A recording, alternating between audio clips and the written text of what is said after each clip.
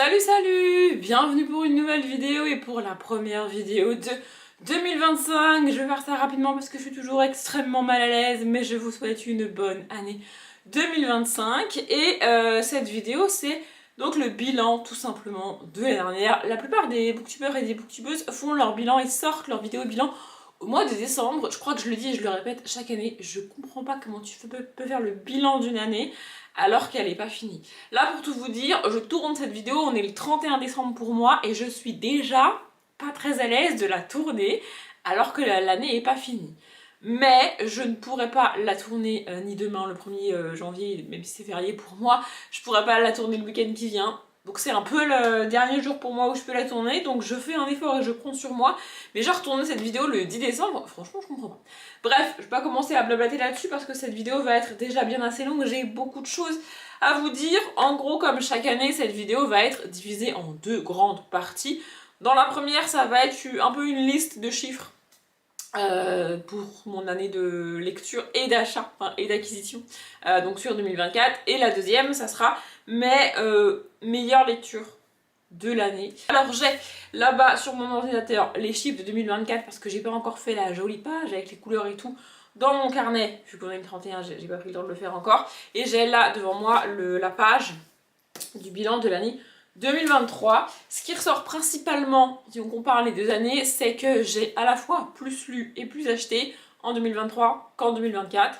Ce qui est à la fois cool et pas cool, c'est-à-dire que en 2023 j'ai beaucoup lu parce que de janvier à octobre 2023 je n'ai pas travaillé. Donc forcément j'avais beaucoup de temps. Alors que en 2024 j'ai travaillé toute l'année.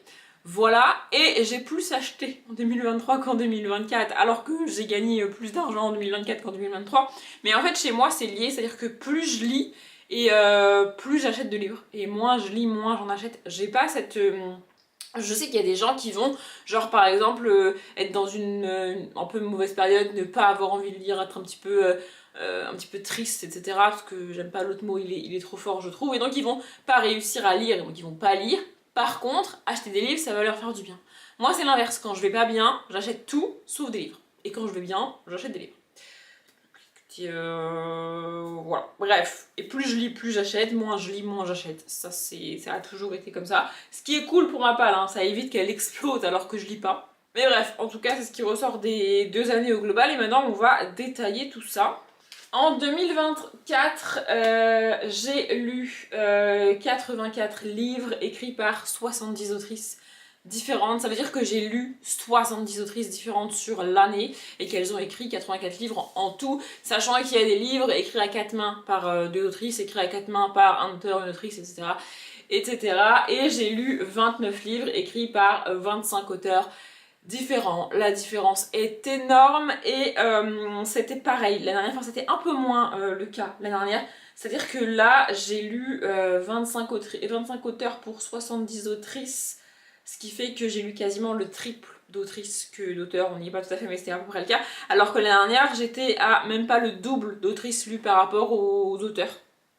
Mais j'avais lu moins d'autrices différentes. Bref, mais c'est toujours le cas chaque année, je le dis et je le répète chaque année dans chaque bilan. Peut-être qu'un jour j'arriverai à un équilibre sans le faire exprès. Là j'arrive à ces chiffres-là, c'est-à-dire à une mise en valeur des autrices dans ce que je lis, sans le faire exprès, je le dis et je le répète. Je lis majoritairement des genres écrits majoritairement par des femmes. Je vais lire quand même pas mal de romances, pas mal de jeunesse, et j'ai lu aussi cette année certaines dystopies et certains young adultes qui... Alors, je dis pas que les auteurs écrivent pas ça, vraiment, chaque année je le répète, ce sont des genres majoritairement écrits par des femmes. J'ai lu une dystopie par exemple, écrite par Pierre Bottero, pas de souci, mais ça reste un genre écrit majoritairement par des femmes et ça reste ce que je lis le plus. Et à l'inverse, les deux gros genres écrits majoritairement par des hommes, on va retrouver le thriller policier et la fantasy adulte principalement. Là, il y a moins de femmes et c'est ce que je lis le moins en vrai. Et même quand je vais aller par exemple en fantasy adulte, qu'est-ce que je vais faire? Je vais lire du Robin Hobb. Ouais, j'ai une petite tendance à pencher vers les autrices, mais je sais pas comment expliquer. C'est pas pour lire des autrices que je les choisis, c'est parce que j'ai envie de les lire elles. J'ai aussi lu du Olivier Perru en termes d'adulte, et j'ai lu un thriller policier écrit à quatre mains par un homme et une femme, à savoir le 11e tome du Woman Murder Club. Vous voyez? Bref, je lis chaque année bien plus d'autrices que d'auteurs. En fait, c'est pas une volonté de ma part de lire plus d'autrices que d'auteurs, c'est un constat à la fin de chaque année, et c'est toujours le cas, ça fait au moins 3 ou 4 ans que c'est le cas. Sinon, j'ai découvert 53 nouveaux auteurs et autrices, à savoir 42 nouvelles autrices, donc j'ai lu pour la première fois 42 autrices que je n'avais jamais lues avant, et j'ai lu pour la première fois 11 auteurs que je n'avais jamais lus avant. C'est logique que je découvre moins d'auteurs que d'autrices, puisque je lis plus d'autrices que d'auteurs. Jusque-là, tout est cohérent. Et dans ces chiffres-là d'auteurs et d'autrices, je précise, je n'ai pas intégré les auteurs et les autrices ou les illustrateurs et illustratrices de graphiques. J'ai lu beaucoup de graphiques cette année, je vais y revenir. Mais voilà, dans tous les auteurs et les autrices que j'ai comptés, ce sont les auteurs et les autrices de romans, pas de graphiques. On passe maintenant à la deuxième partie de ces chiffres qui est un petit peu moins cool. Chaque année, c'est le même constat. Je me demande comment je me débrouille, mais bref, ce sont les sagas. Voilà, j'aime bien faire un petit point sur combien j'ai commencé de sagas, combien j'ai terminé de sagas, est-ce que j'en ai abandonné, est-ce que j'ai fait des belles découvertes ou pas. Et c'est pas très joyeux, enfin c'est pas très glorieux. J'ai commencé 11 sagas de romans et 10 sagas de graphiques. C'est énorme, je trouve ça vraiment énorme, mais bon écoutez, c'est la vie. J'ai terminé 5 sagas de romans et aucune de graphique. Voilà. Terminer 5 sagas, c'est pas mal, sachant que dans mon challenge, j'en avais que 3 à terminer, donc j'en ai terminé plus que je ne l'avais prévu, donc ça c'est chouette. J'en ai abandonné 3, ça veut dire qu'il y a 3 sagas que j'avais commencé en 2023 ou avant, pas en 2024. Et en 2024, j'ai décidé que ça suffit, stop, je n'irai pas plus loin, même si la saga n'est pas finie, et j'en ai abandonné aucune de graphique. C'est très rare que j'abandonne des sagas de graphique de toute manière. Voilà. Et donc ça, c'est vraiment celle que j'ai commencé, terminée, abandonnée en 2024. Et il y en a aussi que j'ai commencé et abandonné en 2024. Et là, le chiffre fait mal, mais je le sais, j'y reviendrai sur mes abandons globales un peu plus loin. J'ai commencé et abandonné 22 sagas de romans. Ça veut dire en gros, en très très gros, que j'ai tenté 22 tomes 1 et que je n'irai pas plus loin. Voilà, c'est comme ça. C'est beaucoup, hein. Vraiment, je me rendais pas compte que j'avais tenté aux 30 tomes 1 sur l'année, mais c'est le cas. Et il y a 7 sagas de BD que j'ai commencé et abandonné. Voilà, par rapport au roman, on se rend bien compte qu'il y en a moins que j'abandonne, mais il y en a quand même que j'abandonne. Et j'ai commencé et terminé une saga de romans, j'y reviendrai. Et j'ai commencé et terminé 13 sagas de BD. Donc, au niveau des BD, je suis plutôt bien. Au niveau des romans, j'ai eu du mal à terminer les sagas. Après, j'avais mis dans mon challenge 2024 des diptyques à lire en entier, des duologies à lire en entière. Mais finalement, j'ai lu le tome 1 et je l'ai abandonné. Donc je peux pas terminer la saga puisque je l'ai abandonné. Et la saga de romans que j'ai commencé et terminée sur 2024, c'était ma relecture et donc c'était Hunger Games. J'ai donc lu la trilogie complète de Hunger Games. Et j'ai tenté le 4e tome slash préquel, donc la balade du serpent et de l'oiseau chanteur. D'ailleurs, ça me fait penser, Suzanne Collins est l'autrice que j'ai le plus lu en 2024 puisque j'ai lu 4 livres d'elle, avec ces 4 livres donc. Et juste derrière, on a Kate et M. Sarah Clyde, donc les autrices de 43 rue du cimetière, puisque j'ai lu 3 tomes. Et on a aussi Cassandra O'Donnell, pour laquelle j'ai lu 3 livres, mais malheureusement, je crois que ça a été 3 abandons, puisque j'ai tenté la nouvelle, j'ai pas accroché, c'est pas ce que je voulais lire, je l'ai pas lu. J'ai tenté Les Jumeaux Croche-Mort, ça l'a pas fait non plus. Et j'ai tenté Léonora Keane, ça ne l'a pas fait non plus. Donc j'ai lu 3 livres de Cassandra O'Donnell, certes, mais 3 échecs. C'est la vie. Peut-être que cette année, pour 2025, je regarderai combien de livres d'auteurs j'ai abandonné et combien de livres d'autrices j'ai abandonné. Là, je pourrais le faire, mais je vous avoue qu'il faudrait que je reprenne mon carnet et que je recompte. Et franchement, j'ai la flemme. Ensuite, on passe au nombre de livres lus. On va commencer tout de suite par la nouvelle qui fait mal. J'ai abandonné en 2024 41 livres. Ça fait un peu mal. Et j'en ai terminé 61. Ce qui fait que le pourcentage est hyper facile à calculer. Ça fait du 60-40. 61 à 41. J'ai abandonné 40% des livres que j'ai commencé et j'ai terminé 60% des livres que j'ai commencé. Ce qui est mieux, bien mieux que l'année dernière, puisque l'année dernière, j'étais à un tiers, 2 tiers. Donc c'est un peu mieux que l'année dernière. J'ai lu 47 graphiques et 78 graphiques que j'ai emprunté à la bibliothèque, puisque je n'ai emprunté que des graphiques à la bibliothèque. Et j'ai calculé quelque chose cette année que En fait, au fil de l'année, je me suis posé la question, je me suis demandé en moyenne, au bout de combien de pages j'abandonne un livre, parce que avant, j'ai pas calculé sur les années précédentes, mais je pense que ma moyenne était autour de 30 pages, ce qui est quand même assez peu, j'en ai conscience. Et j'avais l'impression, cette année, que j'allais plus loin dans les livres avant de les abandonner. Alors il y en a quand même que j'ai abandonné au bout de 20 pages, au bout de 30 pages, parce que si dès le début le personnage me plaît pas, si dès le début je le sens pas, ça sert à rien que j'insiste, en fait, je vais juste m'énerver au fil des pages, littéralement. Mais il y a des livres pour lesquels j'ai dépassé la page 100, parfois j'ai dépassé la page 200 avant de l'abandonner. Donc je me suis dit, je vais calculer en moyenne au bout de combien de pages j'abandonne le livre. Eh bien il se trouve que sur 2024, les livres que j'ai abandonnés, j'ai été en moyenne jusqu'à la page 89. Alors, il y a des livres qui font 200 pages, il y a des livres qui font 300 pages, il y a des livres qui font 500 pages, certes. Mais aller jusqu'à la page 89, c'est quand même pas mal, je trouve. Donc, je suis assez contente d'aller, entre guillemets, aussi loin, de laisser un peu de chance réellement au livre et au personnage et à l'auteur ou à l'autrice avant d'abandonner le livre. Moi, je trouve ça cool. Bref, et donc, sur tous ces livres lus et sur tous ces graphiques lus, j'ai un total de 227 livres et graphiques lus, dont 149 qui étaient à moi, qui sortent de ma palle à moi. Et ça, c'est quand même pas mal. J'ai lu quasiment 150 ouvrages que j'avais achetés moi-même. Les autres, donc ceux du 78, c'est ceux que j'ai empruntés à la bibliothèque. Hein, voilà. Mais je suis quand même contente d'avoir ce chiffre-là. Je donne un ordre d'idée. L'année dernière, j'ai lu un total de 264 ouvrages en comptant ce que j'ai emprunté à la bibliothèque et j'étais à quasiment 100 emprunts bibliothèque, donc j'étais à 170 livres sortis de ma palle l'année dernière. Mais encore une fois, je travaillais pas la grande majorité de l'année dernière, donc c'est normal que j'ai lu plus.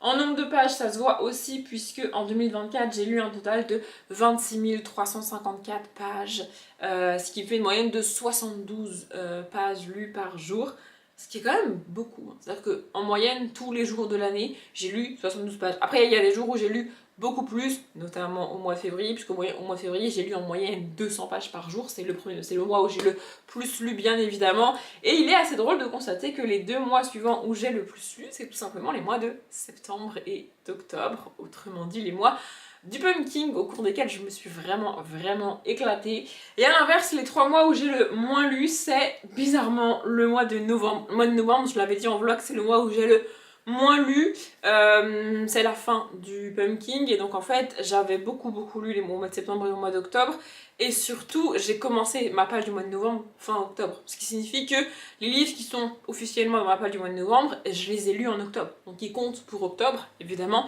Et fin novembre j'ai commencé un livre qu'à ce jour je n'ai toujours pas terminé. Donc je peux pas compter les pages parce que j'ai pas fini le livre, je compte les pages une fois que j'ai terminé le bouquin. Donc voilà, sur la dernière semaine du mois de novembre, un truc comme ça, j'ai commencé Psy Changeling, voilà, et je l'ai pas fini encore. Alors je tourne cette vidéo, je le terminerai en 2025, c'est sûr, mais je l'ai pas fini, donc je peux pas compter les pages pour novembre, et aussi de mémoire, j'ai lu moins de graphiques en novembre. Bref, et le deuxième mois où j'ai le moins lu, c'est avril, ce qui n'est pas étonnant quand tu regardes ma vie personnelle, puisque c'était en avril qu'est arrivé l'événement qui a légèrement beaucoup chamboulé ma vie en 2024, ma vie personnelle j'entends. Et le troisième mois, c'est le mois d'août, ça il est dans le top 3 des mois où je lis le moins chaque année. Je ne pars pas en vacances au mois d'août, je ne pose pas de vacances au mois d'août, je ne l'explique pas, mais août c'est un mois où je lis extrêmement peu. Chaque année, c'est comme ça. On en arrive à la dernière partie de ces chiffres de 2024, qui est bien évidemment la partie acquisition 2024. Je l'ai dit, j'ai moins acquis de livres en 2024 qu'en 2023, donc ça c'est cool. J'ai acquis 14 livres neufs, c'est pas énorme. J'ai acquis par contre 79 livres d'occasion. J'adore les livres d'occasion, j'ai un problème avec ça. J'ai eu 13 livres gratuitement. J'englobe dans les livres gratuits évidemment les cadeaux qu'on m'a fait, ou alors les livres que je récupère en boîte à lire. Et les livres que j'ai eus dans le calendrier de l'Avent, je considère que je les ai eus gratuitement parce que, en fait, j'ai pas décidé moi-même de les acheter. Ils sont rentrés dans ma palle sans que je les choisisse. Donc, bref, c'est comme ça. Bref, et 25 graphiques. J'ai acheté 25 graphiques cette année. Ce qui fait un total de 131 acquisitions, alors que j'ai lu, je rappelle, 149 livres qui étaient à moi. Et donc, il y a 131 livres que j'ai achetés et ajoutés à ma palle, et 149 livres au total que j'ai sortis de ma palle, puisque je les ai lus. Ce qui n'était pas le cas en 2023, puisque en 2023, j'avais lu à moi à peu près 170 livres, et j'en avais acquis 181. Donc j'avais acheté un peu plus de livres que j'en avais lu, et là c'est l'inverse. En 2024, j'ai lu à peu près, j'ai lu une vingtaine de livres de plus que ce que j'ai acheté, ce que j'ai reçu, même pas acheté, hein, c'est reçu. Donc je suis vraiment contente. J'ai aussi regardé combien de livres sur l'année j'avais acheté et lu. C'est-à-dire qu'il y a des livres que j'ai que j'ai achetés au mois de janvier et que j'ai lus dans le courant de l'année. Et donc il y a 63 livres que j'ai achetés en 2024 et lus en 2024.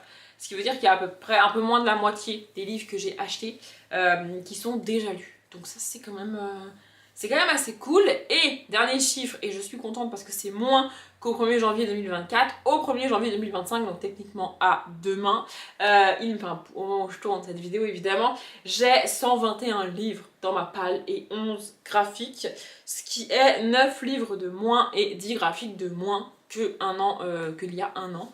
Donc je suis pas mal contente, j'avoue. Je passe maintenant à la partie très cool de cette vidéo, mes meilleures lectures de l'année. J'ai vu passer et je vois beaucoup de gens faire un top des pires lectures et un top des meilleures lectures. Honnêtement, je vois pas l'intérêt de revenir sur mes pires lectures de l'année. Je mets un point d'honneur depuis que j'ai ouvert ma chaîne YouTube à vous parler de tous les livres que je lis, que je les termine, que je les termine pas, que je les aime, que je les aime pas. Donc je vois pas l'intérêt en début d'année de revenir sur le pire, sur le mauvais en fait. Ça n'a aucun sens pour moi. Et même, je vois pas l'intérêt d'aller voir ça chez les autres en fait. Je sais qu'il y a des gens qui ont la curiosité d'aller lire un livre que d'autres gens n'ont pas aimé. C'est pour ça que je vous parle des livres que moi j'ai abandonnés. Et puis, ce qui ne me plaît pas à moi peut vous plaire à vous. Mais je vois pas l'intérêt d'aller regarder un top des pires lectures. Vraiment, je vois pas l'intérêt. Mais bref. En tout cas, j'ai 8 livres et 2 graphiques à vous montrer pour cette année. On est sur une très belle année et j'avais l'impression d'avoir bien démarré l'année avec de très belles lectures. C'est le cas. Et que plus j'avançais dans l'année, moins ça allait. Et en fait, il y a des très bonnes lectures quasiment jusqu'à la fin de l'année. Il n'y en a pas au mois de décembre, j'avoue. Parce que Noël, c'est pas mon truc et que j'ai quand même lu beaucoup de livres jeunesse sur Noël. Mais il y a quand même de très bonnes lectures tout au long de l'année. Du coup, j'ai pas précisé, mais je vous les présente dans l'ordre chronologique dans lequel je les ai lus. Parce que je suis incapable de les classer de celui que j'aime le moins à celui que j'aime le plus. En sachant que c'est 8 lectures que j'ai adorées. Donc, le plus simple pour moi, c'était de vous les remontrer dans l'ordre chronologique. Bref. Le premier que j'ai lu et que j'ai absolument surkiffé, c'est Le Jeu de la Dame de Walter Tevis. J'avais vu la série avant, la série Netflix évidemment. Et le livre, enfin, la série est très bien adaptée du livre. Ce qui est un peu dommage parce qu'en fait, lire le livre n'apporte pas grand chose de plus vu qu'il y a tout dans la série vraiment. Mais j'ai adoré retrouver Bess, retrouver cet univers, retrouver cette histoire, retrouver ces années 50. Oui, j'allais dire 60, mais ça démarre en 1957. Donc oui, on va la suivre tout au long des années 60, début des années 70.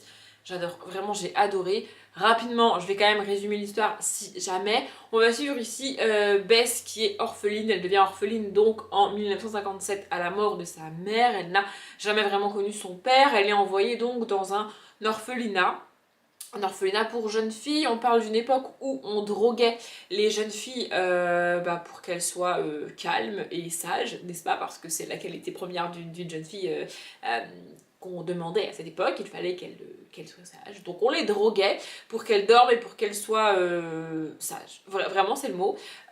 Donc Bess va, dès le début de sa vie, elle à ce moment-là 8-9 ans, elle va prendre de la drogue contre son gré et elle va devenir rapidement accro. Il fallait s'y attendre et ça va la suivre pendant toute sa vie. C'est un des traits du livre et une des choses qu'on suit. Et dans cet orphelinat, donc elle va essayer de se faire des amis là-bas, elle va plus ou moins réussir et elle va se rapprocher du concierge de cet orphelinat qui donc est chargé de nettoyer les lieux, etc. et qui a un petit peu son coin à lui au sous-sol. Elle va aller le voir au sous-sol et ils vont commencer à jouer aux échecs. Cet homme va lui apprendre à jouer aux échecs et il va rapidement se rendre compte qu'elle a un don pour ça. Ça va devenir littéralement une obsession pour Bess. On va suivre ça aussi, son talent pour les échecs grandir. Elle va se mettre à faire des concours, à remporter les concours, les petits concours de l'État, etc. Au fil de l'histoire, elle va également être adoptée par un couple qui va l'aider plus ou moins dans cette ascension au sein des échecs. Et donc voilà, elle va enchaîner les concours, les victoires, etc., etc. Donc elle va faire des concours locaux, de la ville, du patelin, de l'association de villes autour, et puis de l'État, et puis des États-Unis, et puis du monde. On va suivre tout ça avec des champions d'autres pays, donc le champion russe notamment. Les échecs, c'est très très répandu en Russie et c'est très important en Russie. Voilà, on va suivre tout ça. J'ai adoré cette histoire, j'ai adoré ce bouquin. J'ai pleuré, j'ai ri, voilà, j'adore ce livre, vraiment. Et je m'étais dit qu'il faudrait que je me renseigne sur ce que la maison d'édition Totem a édité d'autres. Et bien à ce jour, je ne l'ai toujours pas fait. Mais il faudrait que je le fasse parce que c'est franchement très cool. Voilà. Le deuxième livre que j'ai décidé de mettre dans cette liste, c'est La vie de château de Clémence Madeleine Perdia et Nathaniel Limy, donc le tome 1 ici, Violette et Régis. J'ai lu le tome 2 qui s'appelle Noël en famille au mois de décembre, je vous en ai parlé en vlog et je vous en reparlerai en update, mais ici on parle du tome 1. Du coup, dans ce livre on va suivre Violette, une jeune fille de 9-10 ans, par là, c'est ça. Elle est en CM1, donc c'est ça, elle doit avoir 8-9 ans, par là. Et au début du livre, elle est envoyée chez son oncle qui vit à Versailles. Elle est littéralement déracinée de chez elle, de son appartement et de tout ce qu'elle a toujours connu parce que ses parents viennent de mourir. On ne s'attarde pas trop là-dessus et c'est le seul reproche que je fais à ce livre-là. Je l'ai dit à plusieurs reprises, j'ai déduit que les parents avaient été tués dans les attentats du Bataclan à Paris. Je pense que ça a été fait pas très longtemps après et que donc au moment où c'est sorti, au moment où ça a été fait, c'était évident que c'était le Bataclan. Il se trouve que malheureusement aujourd'hui en 2024 des attentats, il y en a plusieurs et donc c'est plus aussi évident que ce soit le Bataclan, mais ça se passe à Paris. On est sur un couple qui ont laissé leur fille une soirée toute seule, enfin avec une babysitter ou quelque chose comme ça, et qui sont sortis tous les deux et qui ont été tués. Vu le contexte et vu comment c'est fait, je suppose que c'est le Bataclan, mais ça peut être à peu près... Enfin, parce que c'est à Paris, je suppose que c'est le Bataclan. Bref. Donc on va suivre ça, cette petite fille qui doit avancer malgré tout, elle est fille unique, donc elle se retrouve toute seule, elle perd tous ses repères, elle perd tout ce qu'elle a, et elle se retrouve avec son oncle qui n'est pas très apte à élever un enfant. Lui il est célibataire, c'est un vieux garçon un peu ronchon, un peu bougon, qui est dans son coin, qui a ses habitudes, qui a rien demandé à personne. Et il se retrouve avec sa nièce, il a envie de bien faire évidemment, il sait qu'elle vient de perdre ses parents, il n'est pas question qu'il l'abandonne qu'il l'abandonne et qu'il la laisse toute seule, ça reste sa famille, il a envie de l'accueillir, de bien faire les choses pour elle. Et en même temps il prend sur lui pour perdre ses habitudes, pour perdre le calme qu'il avait chez lui, etc. etc. Donc c'est pas évident. Et c'est ça qu'on suit et j'ai adoré cette histoire. Vraiment, j'ai lu le tome 2 au mois de décembre, j'ai attendu décembre pour lire le tome 2 parce qu'il se passe à Noël. Et franchement, j'ai adoré la douceur de cette histoire, la manière dont les thèmes et les choses sont abordées, c'est extrêmement bien fait, c'est vraiment très cool et on a des illustrations en couleur comme ça. C'est vraiment une très belle histoire et c'est un très bon moyen d'aborder le deuil avec les enfants. Alors là, c'est le deuil le plus terrifiant que peut vivre un enfant de cet âge-là, à savoir le deuil de ses deux parents en même temps.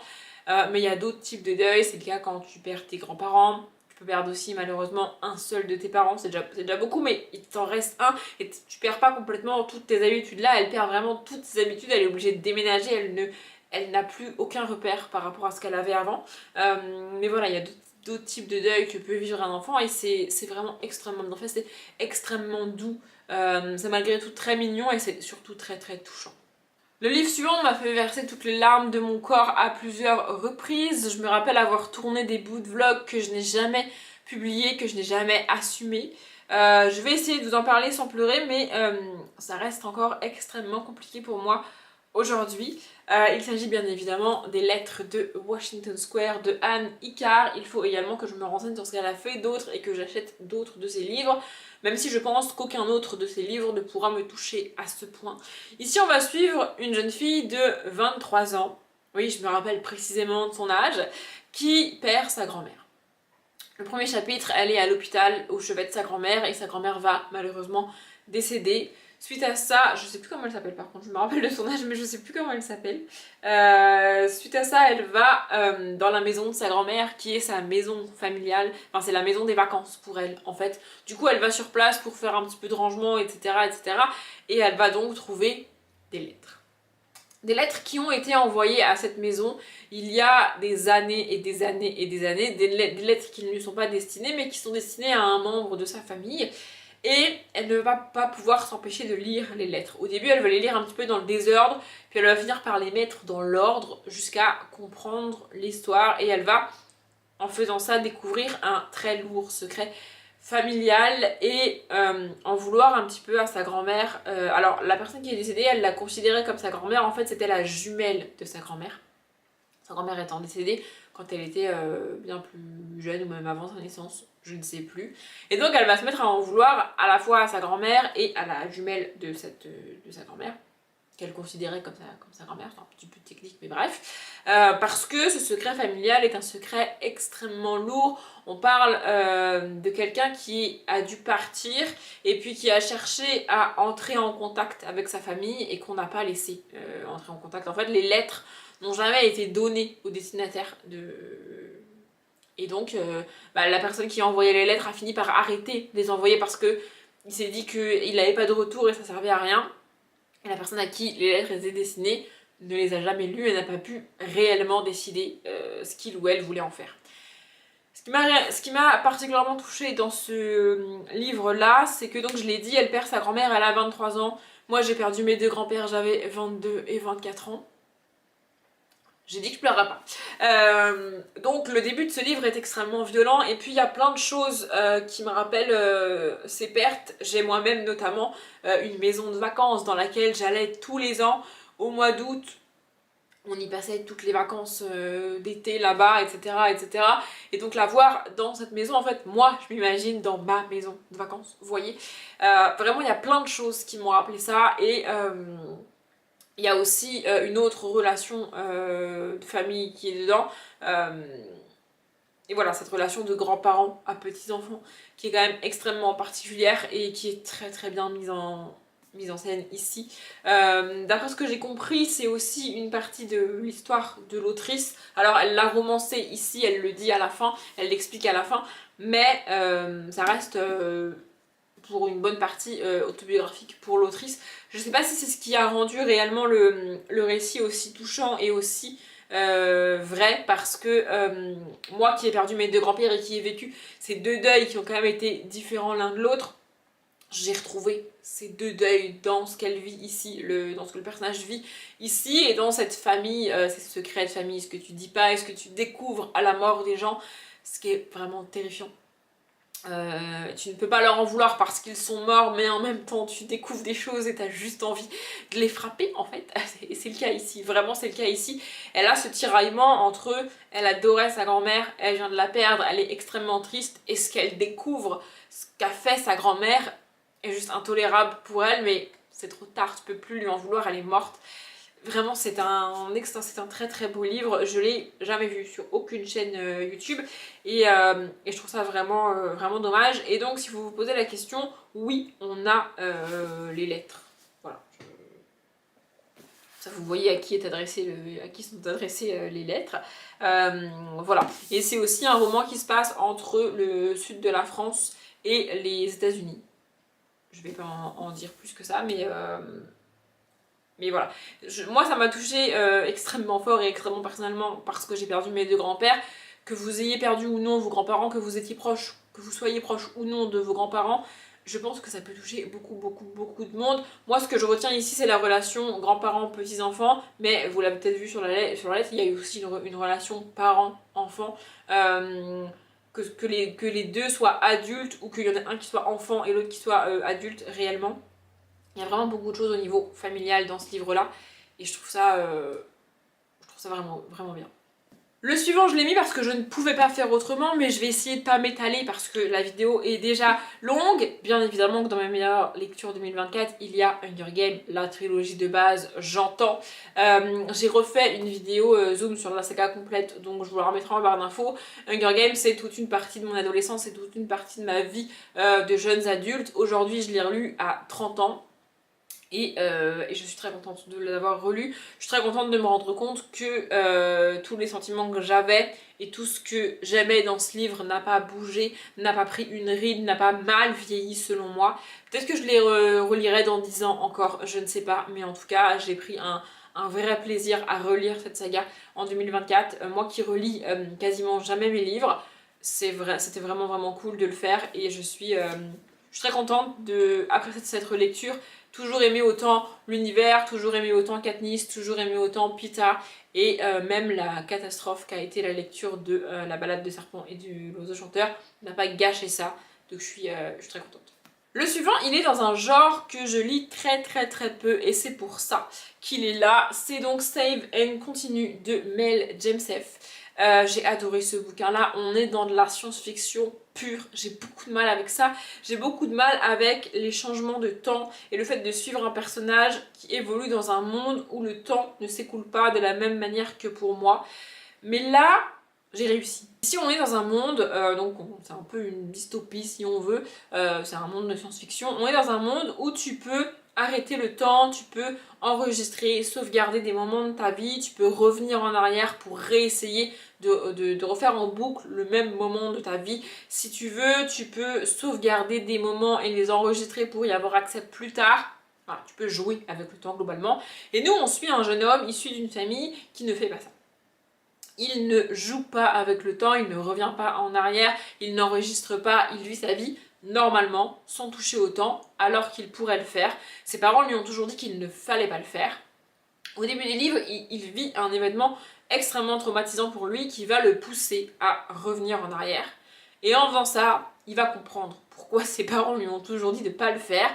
Il va comprendre que quand lui le fait, ça ne fonctionne pas exactement de la même manière que quand les autres le font. Et on va le suivre là-dedans, dans ce temps qui, du coup, n'est plus le même et bouge différemment. Il va revenir en arrière à plusieurs reprises parce que même s'il a compris que c'était dangereux, il ne peut pas s'empêcher de le faire pour tenter de changer les choses, littéralement. L'univers était, selon moi, pas hyper bien mis en place. C'était pas hyper clair non plus à lire et dans ma tête. N'empêche que je l'ai lu sur la première moitié de l'année et aujourd'hui j'en ai encore d'excellents souvenirs. Je suis encore capable d'imaginer les lieux, d'imaginer les personnages, d'imaginer les discussions. Et ça veut dire que le livre m'a marqué. La SF c'est pas mon truc et là j'ai été au bout. J'ai pris mon temps pour le lire parce que j'avais besoin de traiter les informations dans mon cerveau au fur et à mesure. Je pouvais pas lire en 2 jours, c'était pas possible. Mais je suis contente de l'avoir lu, je suis vraiment très contente de l'avoir lu. Ce livre me montre tout simplement que je suis capable de lire, d'imaginer et de conserver en mémoire des scènes de science-fiction. Ce qui n'est pas évident pour moi, mais vraiment j'ai adoré. Ce bouquin-là, j'en ai un autre de l'autrice dans ma palle qu'il faut absolument que je lise. Le suivant, je l'ai cité tout à l'heure, j'en ai parlé de mémoire beaucoup en vlog et ce livre m'a percuté parce que m'a percuté aussi violemment parce que je ne m'attendais pas à l'aimer autant. Il s'agit des Âmes croisées de Pierre Bottero. C'est l'un des livres de Pierre Bottero les moins connus dont j'ai le moins entendu parler. Il a traîné dans ma palle pendant des plombs parce qu'il est énorme, mais j'ai adoré. Vraiment, j'ai adoré. On est dans une dystopie où il y a tout en haut de la société les perles et en dessous, je sais plus comment il s'appelle, peut-être que je l'ai écrit. Les cendres, je ne l'ai pas écrit mais ça m'est revenu. Les cendres, donc il y a les dirigeants de la société, les familles riches qui ont des privilèges, etc., qui s'appellent les perles. Et en gros, les paysans, le peuple qui s'appelle les cendres et qui sont globalement pauvres. Nous, on va suivre Nawel, une jeune perle de 15-16 ans qui va à l'école, etc., etc. Les premiers chapitres sont très difficiles à lire pour moi, ont été très difficiles à lire pour moi parce que Nawel est complètement imbue d'elle-même, elle est horrible, c'est la peste du lycée, mais plus que ça, la peste de la ville. Et elle a les moyens de faire très mal aux cendres, et elle le fait, notamment au début du livre. Ces actes qui pour elle sont normaux vont avoir des conséquences terribles. Ça, c'est la première chose. Et deuxième chose, dans son école donc de perles, de gens privilégiés, etc., elle arrive à la fin de son processus et elle doit faire un choix. Il y a plusieurs robes, c'est comme ça que ça s'appelle, en fait, c'est des métiers. Donc elle peut décider de devenir politicienne, de médecin, des trucs comme ça. Vous voyez l'équivalent de nos médecins, de nos avocats, etc., etc. Donc elle doit choisir une robe, elle doit choisir un métier à faire. Elle avait plus ou moins son idée, mais les événements du début vont venir un petit peu bouleverser toutes ses croyances. Alors ça met un peu de temps, hein. Tu la suis quand même pendant pas mal de chapitres où en gros elle se comporte comme une peste, comme une petite conne, t'as qu'une envie c'est de lui coller des claques. Mais vraiment, j'ai failli abandonner le livre au début et ça m'arrive rarement, mais de temps en temps, quand au début c'est très compliqué comme ça et que j'ai envie d'abandonner le livre, il y a une petite voix, un petit quelque chose qui me dit non, continue. Donc j'ai continué. Voilà. Et donc elle va faire ce choix de carrière qui va donner une toute autre direction à sa vie et à partir de là elle va comprendre plein de choses, on va la suivre dans cette découverte d'un nouveau lieu avec des nouvelles personnes, de toute une communauté autour de la ville. Elle a été élevée dans un cocon extrêmement douillet, extrêmement resserré, avec des œillères sur ce qui se passe autour, et là ce choix de carrière va ouvrir tout ça, va lui ouvrir littéralement les yeux et décupler son champ d'action en fait. Et c'est ça qu'on suit. C'est un tome unique et c'est vraiment bouleversant. La fin du livre est absolument un crève-cœur. Mais j'ai adoré cette histoire, vraiment vraiment. Je répète, c'est l'un des moins connus de Pierre Bottero et c'est franchement dommage. Je vous encourage vraiment à découvrir ce livre. Le livre suivant, j'en ai parlé il n'y a pas très longtemps et je vous en reparlerai en 2025, c'est une certitude. Donc c'est 43 rue du Vieux Cimetière, le tome 1, Trépassez votre chemin de Kate et M. Sarah Clise. J'ai lu les tomes 1 et 2 pour le Pumpkin et j'ai lu le tome 3 là au mois de décembre. Je vous en ai pas encore parlé en update, ça va arriver mais je suis en retard sur les updates. J'adore cette saga, vraiment. On est sur une saga épistolaire avec que des échanges de petits mots, de journaux, des textes tapés à la machine. Vraiment, on est sur ce genre de truc, j'adore ça. En fait, j'aime l'objet livre. J'aime la narration, j'aime la construction, j'aime l'histoire, j'aime les personnages, j'aime l'ambiance, j'aime absolument tout.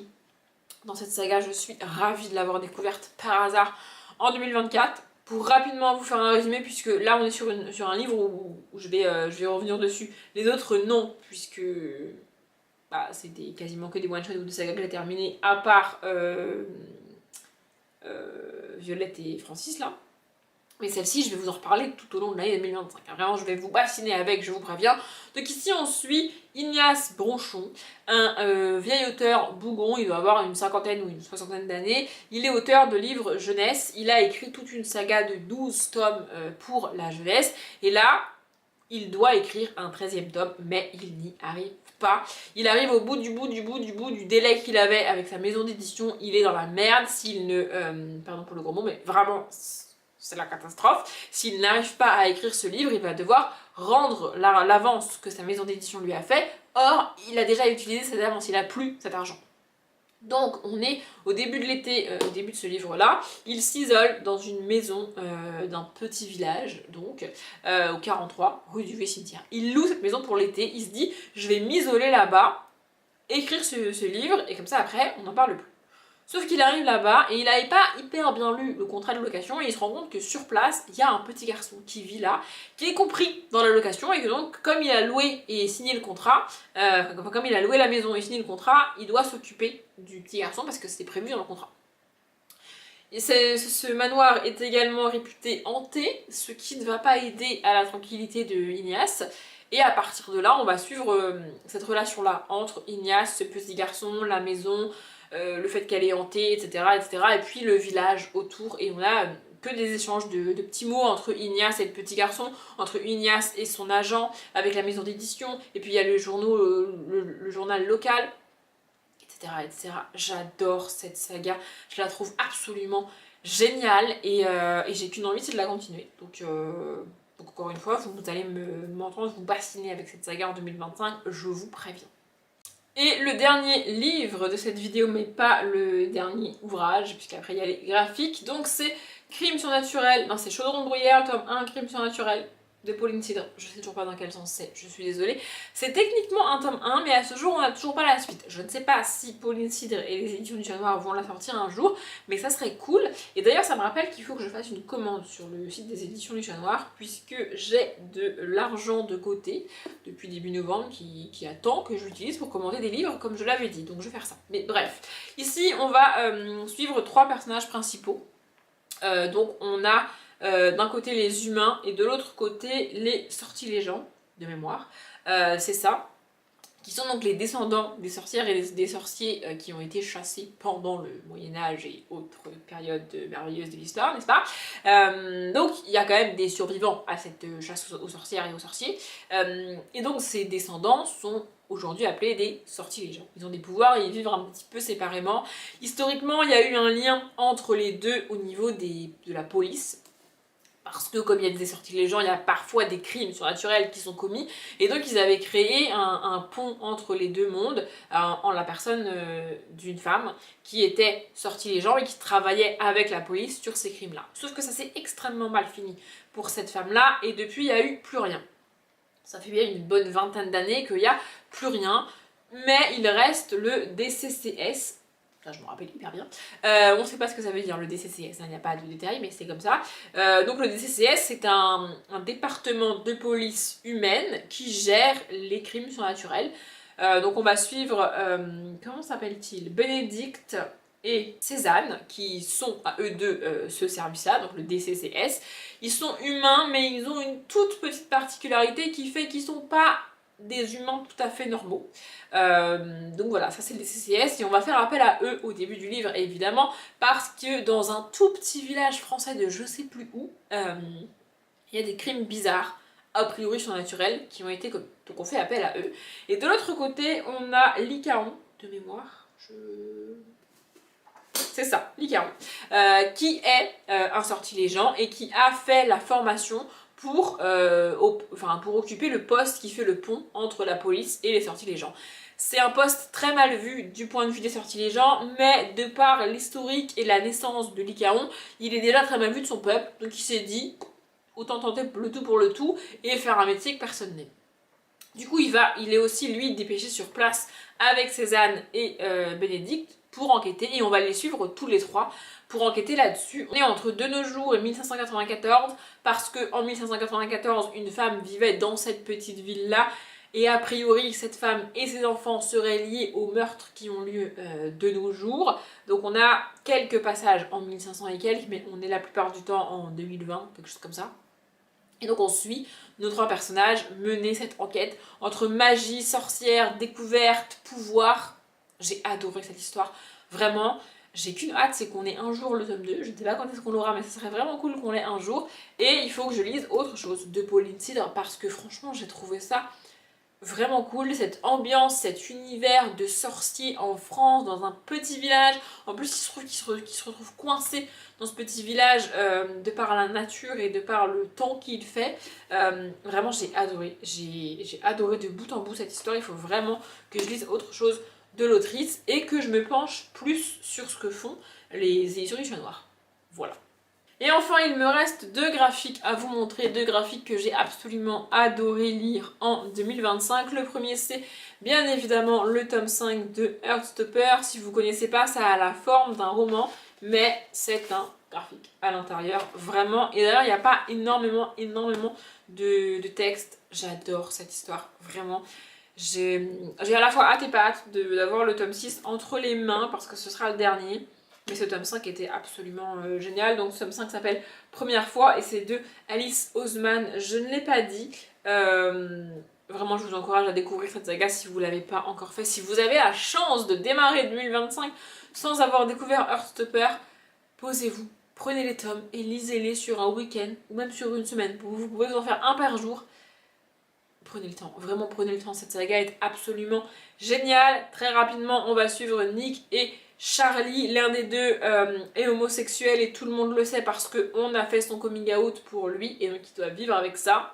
Et l'autre se pose des questions sur sa sexualité, il essaye de soutenir le premier sans pour autant mettre en péril sa popularité parce que celui à qui on a fait son coming out n'est pas très populaire et n'est pas très apprécié. Et donc être vu avec lui, c'est entacher sa réputation. Toutes les questions de l'adolescence, on adore, vraiment j'adore cette saga. Et on y parle d'homosexualité, de bisexualité, de maladie mentale également. Et j'adore cette saga, vraiment.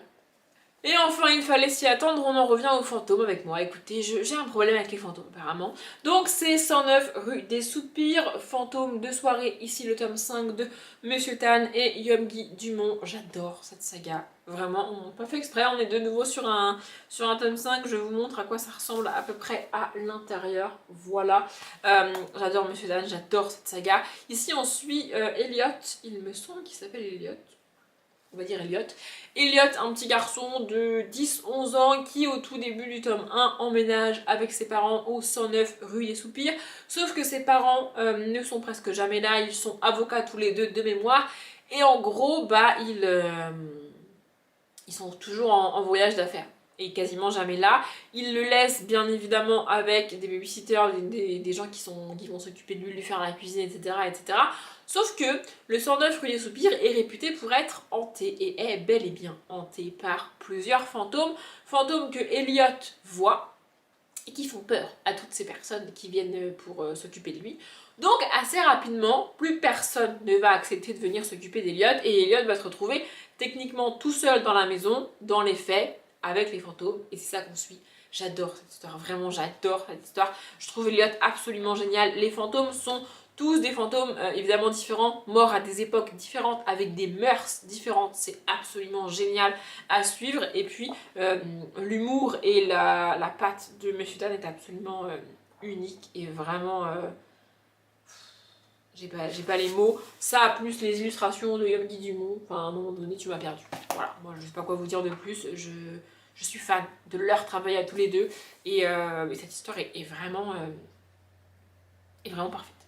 J'espérais que cette vidéo dure une demi-heure, clairement elle dure bien plus que ça, j'en ai conscience. J'essaierai avec le montage de faire quelque chose de pas trop long non plus, mais on est sur la première vidéo de l'année avec beaucoup d'informations et avec surtout des livres que j'ai adorés. Forcément, il fallait s'y attendre, je blablate beaucoup. Si vous voulez en commentaire me partager vos meilleures lectures de l'année, franchement n'hésitez pas, je suis vraiment preneuse, ça me ferait très plaisir de lire ça. Moi j'espère que la vidéo vous a plu, je m'arrête là. Comme d'habitude je vous souhaite une bonne journée, un bon après-midi, un bon appétit ou une bonne nuit et je vous dis à bientôt.